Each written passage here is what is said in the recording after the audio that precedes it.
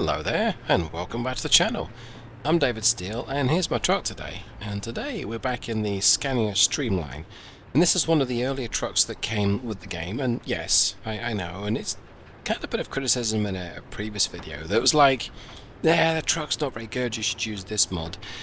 There is a good reason why I'm using this particular truck, and that is I'm trying to remove as many variables as possible from my game, because I'm just trying to make sure that it runs beautifully.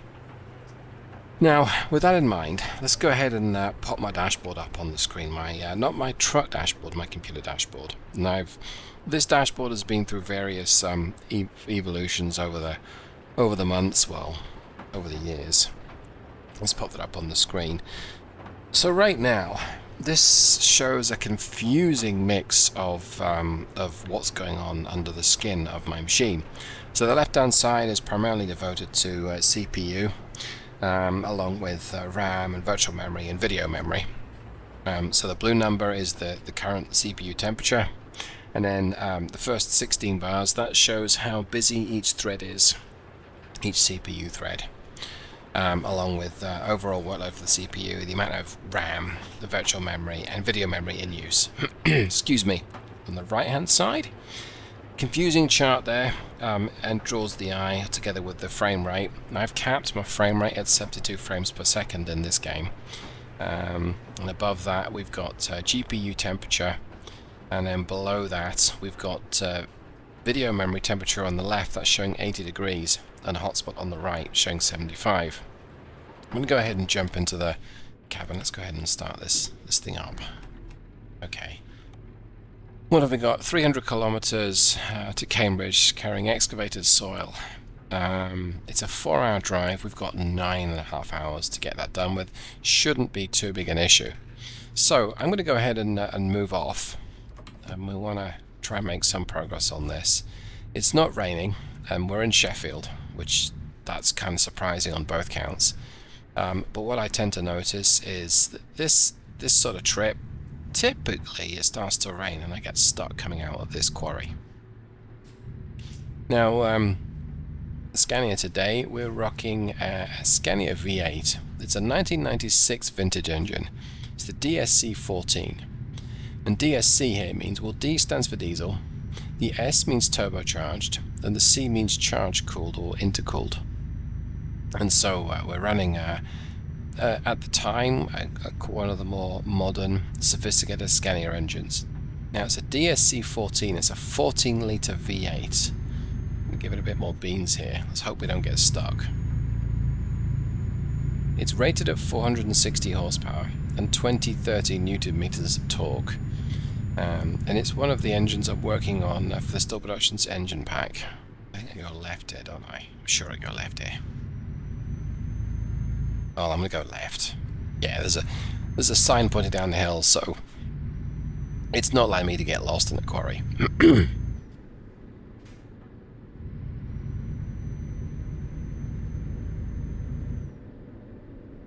Managed to mute myself in time before I coughed up a bit there. Oh, so far so good. Quick look at the truck then. It's a 6x2. The rearmost axle is powered, and the front two axles both have steering. The middle axle's got less steering than the front. And partly I chose this configuration because in the UK, from memory, they didn't allow any of that fancy doodah adjustable height raising and lowering of axles. The axles you get, they should stay locked in place. And the rearmost axle being driven is the best for traction for a trip like this. Sound is the standard Streamline V8 sound effects, but that's working great. I mean, it sounds like a Scania V8, right? Okay, we made it up the quarry, no problem. Alright. So I'm adding some 96 versions of some Scania engines. So Rookie 1 has a Google Drive shared space with a lot of statistics on engines. And he had a number of 96 vintage engines in there, so I'm like, well, that'll do me nicely. Hang on, we're in the UK, drive on the left. gotta take a sip of tea, I think. I'm getting a little hoarse. Turn left. Okay. We have a retarder fitted as well. Grief. My good grief was I overbrake for the corner, although at least I'm getting to test its clutch engagement torque. Let's see. There's nothing from the right. Okay. Let's go. Quite a short trailer, this one, and it nearly matches the colour of the truck, which is good. That's probably closer to school bus yellow, but okay. I have a very bad habit of rolling trucks in the UK, in the game. And that's because I take all these corners far too quickly. So I opted for the retarder on this transmission because that should help me keep my speed under control. Should. Operative word. Now, this is by no means an early Scania V8. Scania have had the V8s for 56, 57 years now. They were introduced in, it was the very late 60s, 68 or 69 or possibly even 1970. When they were released, the idea behind them, let's go ahead and use the retarder there, was to have plenty of torque available. And in fact, the first the V8 was 350 horsepower rated, and it was the most powerful heavy-duty engine used, certainly in the UK. In the late 60s, or certainly in Europe, I believe. Of course, since then it's been evolved. It's grown in capacity a couple of times. First, it was a sort of 15.5 litre, 15.6, and now it's the 16.1, I think, or 16.3 size that it is today. Now, this 14.3 litre, this is electronically injected. This is my retarder. Try and control my speed down a hill here. In the late 90s, some Scania engines were electronically controlled and some were mechanically controlled or injected. But this particular V8 is electronically controlled. Heat torque is produced from 1100 to 1500 RPM, so it's got a really nice flat torque curve, and that is something very much to be appreciated. And we potentially take it for granted these days. But a lot of the mechanically injected engines, they had a very definite peak point. And sometimes they'd have a power plateau, where power would be about the same across a broad range of engine speed. That was typically because of the amount of fuel that could be dispensed into the engine, and not necessarily by any other reason. Now, perhaps that was it was designed that way. If you're an expert in mechanically injected truck engines, especially Scania, let me know if that's what they actually did. So you would change the rating of the truck by restricting the fuel, so it could only burn enough fuel to produce, say, 360 horsepower. It's climbing this hill, but it's needing to change down. We have a 12-speed ZF gearbox. I'm driving this in automated mode. This is a test of this engine, see how well it copes. I think I want to get my speed back down to... Let's use the retarder to try and control my speed to 50 kilometers per hour, about 30. You can ask me why in the comments, but the clue is that this is quite a tight corner. Okay, that's much better. We've survived so far. Okay. Cargo today is pretty heavy. It's over 63,000 pounds. That's not really the biggest of my concerns. I mean, I'm not saying we don't feel it, because we absolutely do. But this engine's making short work of it. Gearing is not particularly short. Disable cruise control. I'll do this thing manually right now. There we go.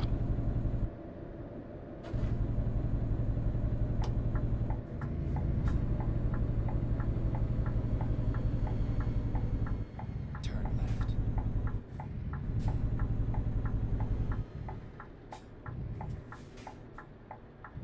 Okay.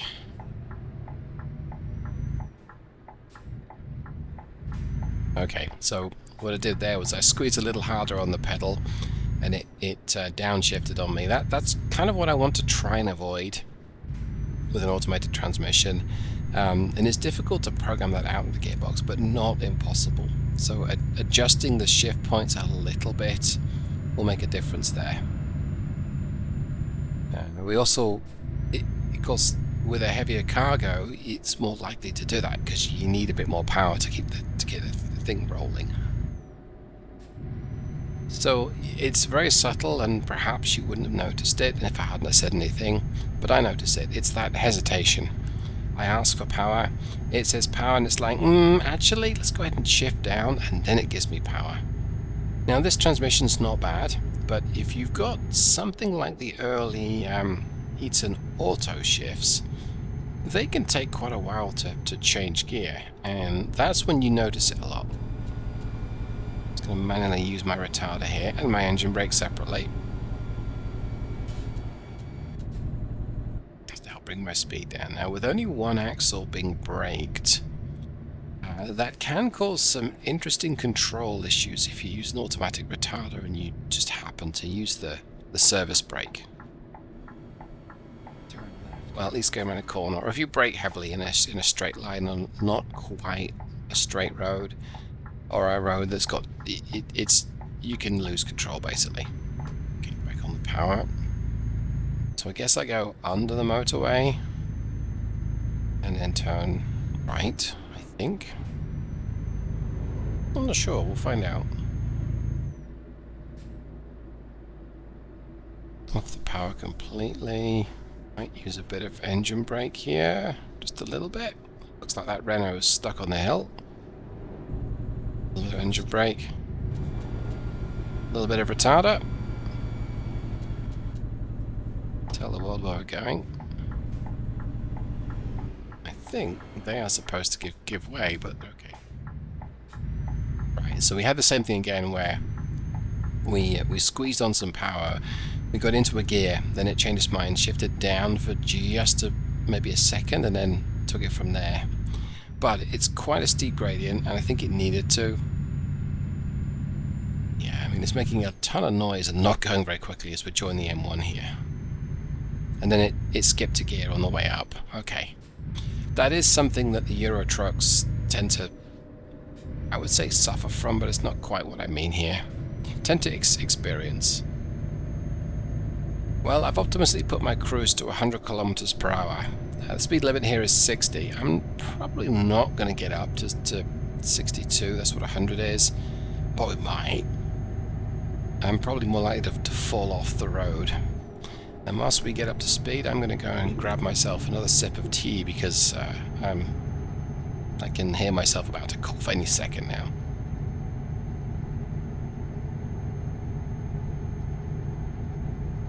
Go straight.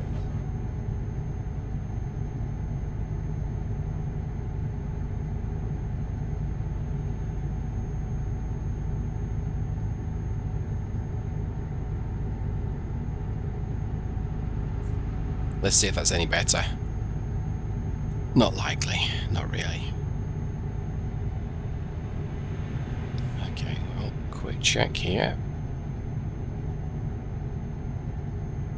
Good check in the mirrors, that is. I guess we'll give this cop a bit more room if we can, which we can, so we'll do that. This is going to be a little scary. I'm going to get my speed back down. I don't really want to fall off the road.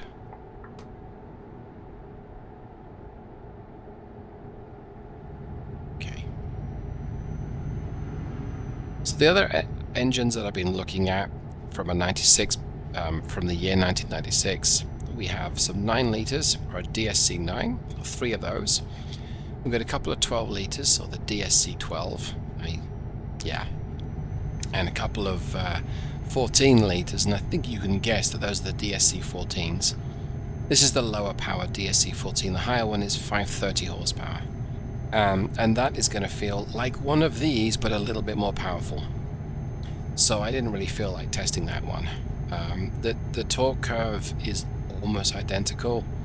So if the shift points work for this engine, they'll work great for the other one. Now, both of the V8s are electronically injected. Excuse me.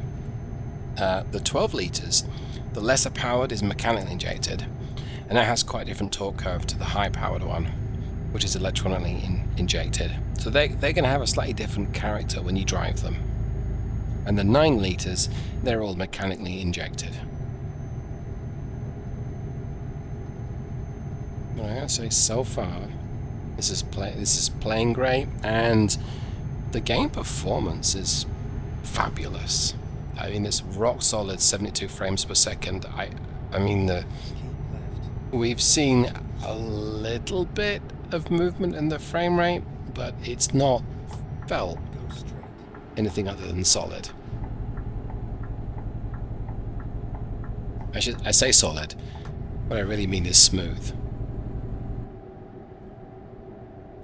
As far as temperatures go on my system, well, the GPU core is at 70 degrees. However, the GPU VRAM is at 84. Now, sure, this graphics card is known to be kind of warm for the GPU video memory. And I have definitely seen it quite a bit hotter, but the fact that it's some degrees hotter than the GPU core might point towards a thermal pad issue. You might need to get one of those replaced, or the whole thing replaced. Or many of them replaced. And then the hotspot is the number on the right. That's 78 right now. That's kind of normal, but that to be a little hotter than the hotspot, hence the name.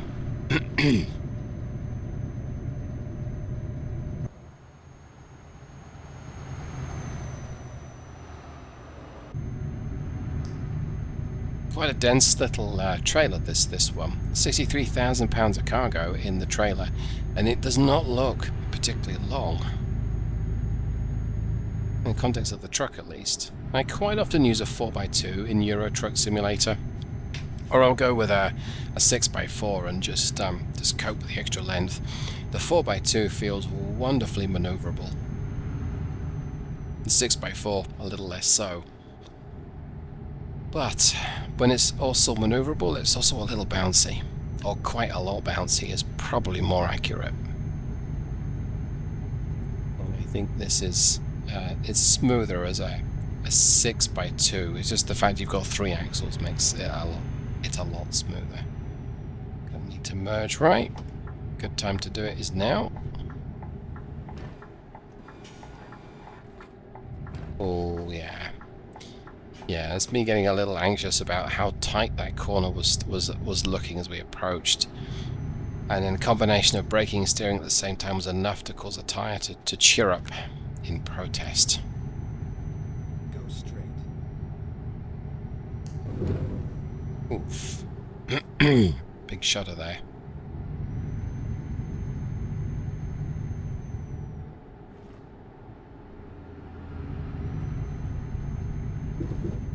Yeah, it is most definitely smoother like this as compared to a 4x2, and that gives me a bit more confidence to tackle these roads at a slightly higher speed. But I also really don't want to roll it, and I've lost count the number of times I've rolled a truck in Euro Truck Simulator 2, and it's not fun. It gets a bit boring after a while.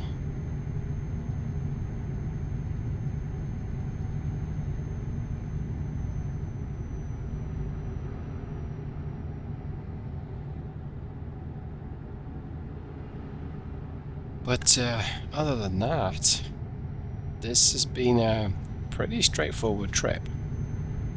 It hasn't rained, which is unusual because this is the UK. We've not even had any incidents on the road, so to speak of. So yeah, I really have not much to really complain about.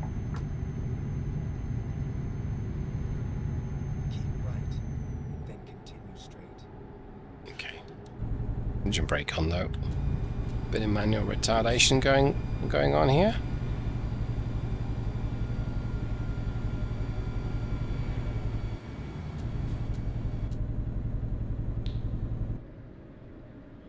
So 40 kilometers per hour is about 25 miles an hour. I'm going to set my cruise for that.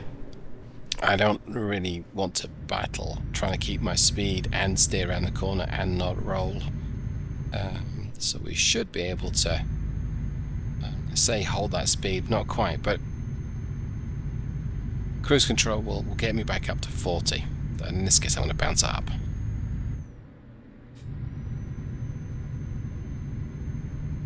Yes, I suppose ultimately the secret to ETS2 is slow down. And that's not rocket science. I did not need NASA to tell me that.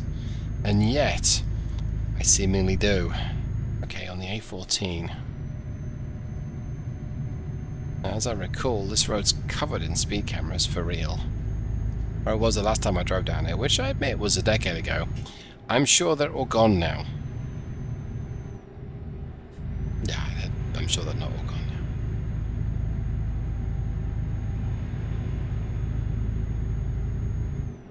now. Right, well, I mean, this really is Keep right, then continue. a straightforward, easy drive. Go straight. Yeah. If only this trip would be so straightforward in the UK. Now, it might be easier in a V8 Scania, but I somehow suspect that it would be challenging at times. Lots of times, I think, but... Okay, M11, right, let's merge left. Keep the indicator on as you do so, David, though. How's my fuel status? A little more than half a tank. Yeah, that's good enough. One nice advantage of the 4x2 is that you tend to have enormous fuel tank capacity. In this particular model, the tanks, if we can show that, not really. The tanks in this are quite a bit smaller because the axle, the middle axle, gets in the way, and all the steering assemblage and other oily bits that you need. Okay, so we go past this junction, then we turn off. Okay. So let's take this exit. No, that's not an exit, David. Oops. This is an exit. Okay. Exit left.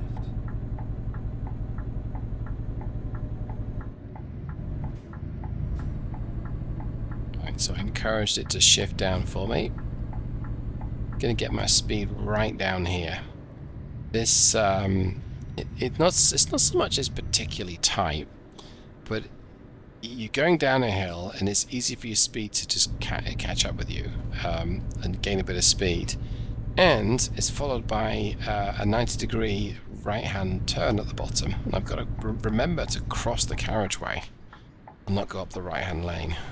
Okay. It also give way, so in theory, if I could see, I could keep going. I must have scared that white car, but I am able to. Alright. And then full power for the hill, which doesn't look like much of a hill, but it's definitely there. Let's see if we're going to change up.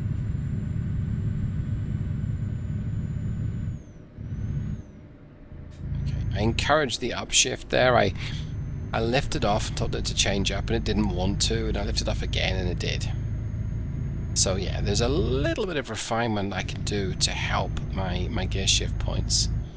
But other than that, it feels like it's maybe 80% ready, which I'm happy with because I started this particular engine definition just yesterday in real world time.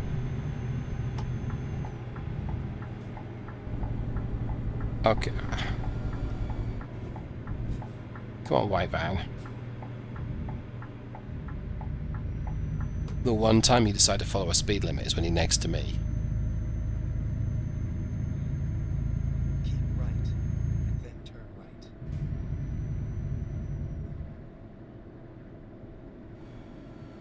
Turn right.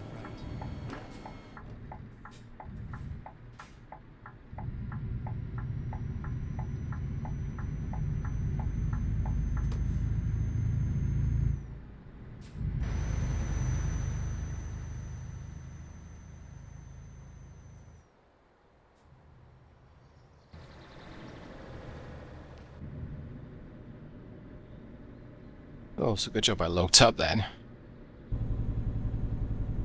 Okay, where does it want it? Ah, nice, easy drop as well. Here we are. Safe and sound. Right, well,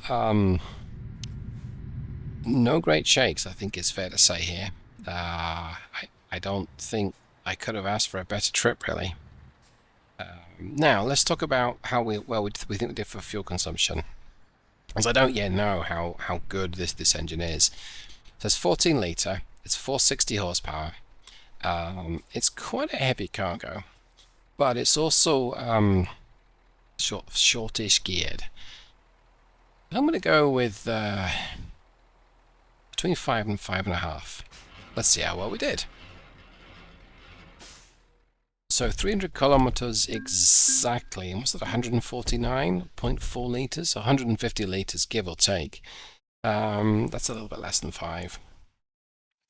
4 out of 5, so it was a little heavier than I hoped, but I don't think it's particularly unrealistic, and I didn't weigh that combination, but £63,000 plus the trailer, plus the 6x2, I imagine that was close to the 40-ton limit, and so yeah, I suppose 4.5, 40 tons with a V8 is probably about what you might expect, and we really weren't wanting for power.